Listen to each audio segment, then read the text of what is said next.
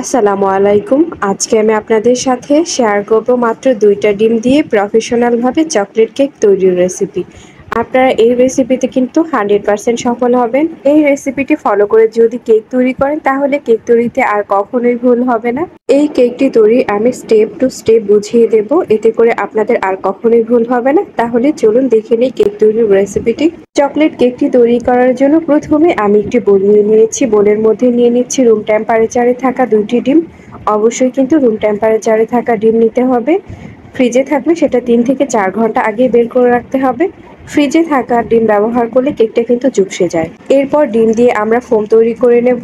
Foam তৈরি করার জন্য আমি এখানে নিয়েছি ইলেকট্রিক বিটার। আপনাদের যাদের ঘরে ইলেকট্রিক বিটার নেই তারা কিন্তু হ্যান্ড উইচ দিয়েও করতে পারেন। আবার যাদের ঘরে হ্যান্ড উইচ নেই তারা কিন্তু ডাল ঘুটনি দিয়েও ফোম তৈরি করে নিতে পারেন। এখন ডিমগুলোকে ১০ সেকেন্ডের মতো খুব ভালো করে বিট করে নেব।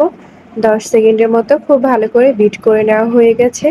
এরপর আমি এখানে দিয়ে দিচ্ছি হাফ কাপ চিনি। যেহেতু আমি ২টা ডিম নিয়েছি তাই আমি এখানে হাফ কাপ চিনি দিয়ে দিচ্ছি। চিনিটা আমি একেবারে ব্যবহার করব না, অল্প অল্প করে ব্যবহার করব।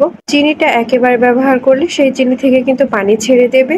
তাই চিনিটা অল্প অল্প করে দিয়ে ফোম তৈরি করে নিতে হবে। ফোম তৈরি করার সময় অবশ্যই মাথায় রাখবেন চিনিটা যেন খুব ভালো করে গলে যায়। গলে না গেলে কিন্তু সেই চিনিটা কেক তৈরি করার সময় দানাদার হয়ে থাকে। এটা দেখতেও কিন্তু ভালো লাগে না এবং খেতেও ভালো লাগে না। তাই চিনিটাকে খুব ভালো করে গলিয়ে নিতে হবে। ডিম আর চিনিটাকে ৫ মিনিটের মতো খুব ভালো করে বিট করে নেওয়া হয়ে গেছে। দেখতেই পাচ্ছেন পারফেক্ট একটা ফোম তৈরি হয়েছে। এরপর দিয়ে দিচ্ছি ২ টেবিল চামচ রান্না করা রেগুলার তেল। যেহেতু আমি ২টা ডিম নিয়েছি তাই আমি এখানে ২ টেবিল চামচ সাদা তেলটা ব্যবহার করছি। যে কয়টি ডিম নেবেন সেই কয় টেবিল চামচ সাদা তেলটা ব্যবহার করবেন। এতে করে কেকটা কিন্তু একদমই চুপসে যাবে না। এরপর ইলেকট্রিক বিটার দিয়ে খুব ভালো করে ১ মিনিটের মতো বিট করে নেব। এমনভাবে বিট করে নেব যাতে করে তেলটা ফোমের সাথে খুব ভালো করে মিক্সড হয়ে যায়। খুব ভালো করে মিক্সড করে নেওয়া হয়ে গেছে। এরপর নিয়ে নিচ্ছি আমি একটি হ্যান্ড উইস্ক। এই হ্যান্ড উইস্কটা নিয়ে নেওয়ার কারণ হচ্ছে এর পরের ধাপটা আমি হ্যান্ড উইস্ক ব্যবহার করব, ইলেকট্রিক বিটারটা ব্যবহার করব না। এরপর নিয়ে নিচ্ছি আমি একটি স্টেনার। স্টেনার দিয়ে শুকনো উপকরণগুলো খুব ভালো করে চেলে নিতে হবে। হাফ কাপ ময়দা দিয়ে দিচ্ছি। যেহেতু আমি ২টা ডিম নিয়েছি তাই আমি এখানে হাফ কাপ ময়দা দিয়ে দিচ্ছি। এর চেয়ে কিন্তু বেশি ময়দা দেওয়া যাবে না। এর চেয়ে বেশি ময়দা দিলে কিন্তু সেই কেকটা একদম শক্ত হয়ে যাবে।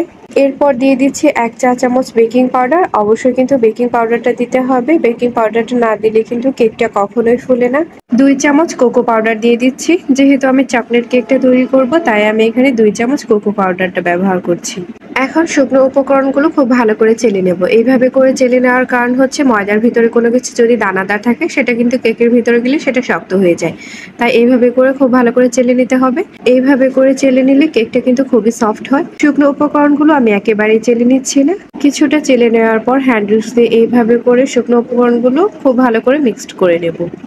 আবারও শুকনো উপকরণটাকে খুব ভালো করে চেলে নিচ্ছি। চেলে নেওয়ার পর যে স্ট্রেনারের মধ্যে এক্সট্রাটা থাকবে সেটাকে ফেলে দেব।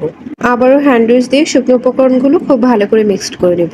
এই কাজটা কিন্তু একদম দ্রুত করার চেষ্টা করবেন না। ধীরে ধীরে সবগুলো উপকরণ খুব ভালো করে মিক্সড করে নিতে হবে। খুব ভালো করে মিক্সড করে নেওয়া হয়ে গেছে। দেখতেই পাচ্ছেন বেটারের কনসিস্টেন্টটা ঠিক কেমন। এরপর আমি একটি স্কয়ার শেপের মোল্ড নিয়ে নিয়েছি। আপনাদের যাদের ঘরে মোল্ড নেই তারা স্টিলের বাটিতেও তৈরি করতে পারেন। এরপর মোল্ডের মধ্যে অল্প একটু তেল দিয়ে দিলাম। তেল দিয়ে দেওয়ার পর ব্রাশ দিয়ে খুব ভালো করে ব্রাশ করে নেব। ব্রাশ করে নেওয়া হয়ে গেলে একটি কাগজের টুকরো মোল্ডের সাইজে কেটে রেখেছিলাম সেটাকে খুব ভালো করে সেট করে দেব। এইভাবে করে সেট করে দেওয়ার কারণ হচ্ছে এতে করে কেকটা নিচেও লেগে যাবে না এবং খুব সহজে উঠে আসবে। মোল্ডের মধ্যে কেকের ব্যাটারটাকে ঢেলে দেব। মোল্ডের মধ্যে কেকের ব্যাটারটা ঢেলে দেওয়া হয়ে গেছে। কেকটা তৈরি করার জন্য চুলায় একটি প্যান বসিয়ে দিয়েছি। প্যানটাকে হাই হিটে ৫ মিনিট খুব ভালো করে প্রিহিট করে নিয়েছি। এরপর ঢাকনাটা খুলে নিচ্ছি। ঢাকনাটা খুলে নেওয়ার পর মোলটাকে এভাবে করে বসিয়ে দিচ্ছি। বসিয়ে দেওয়ার পর ঢাকনা দিয়ে দেব।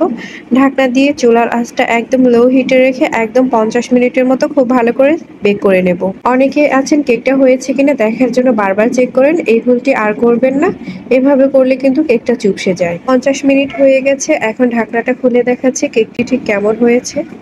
মাশাআল্লাহ কেকটি একদম পারফেক্ট হয়েছে, নরম তুলতুলে হয়েছে। আপনারা দেখেই বুঝতে পারছেন কেকটি ঠিক কতটা পারফেক্ট হয়েছে।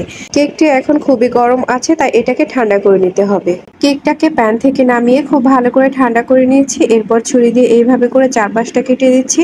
এভাবে করে কেটে দেওয়ার কারণ হচ্ছে এতে করে কেকটা খুব সহজেই উঠে আসবে। কেকটার চারপাশে খুব ভালো করে কেটে দেওয়া হয়ে গেছে।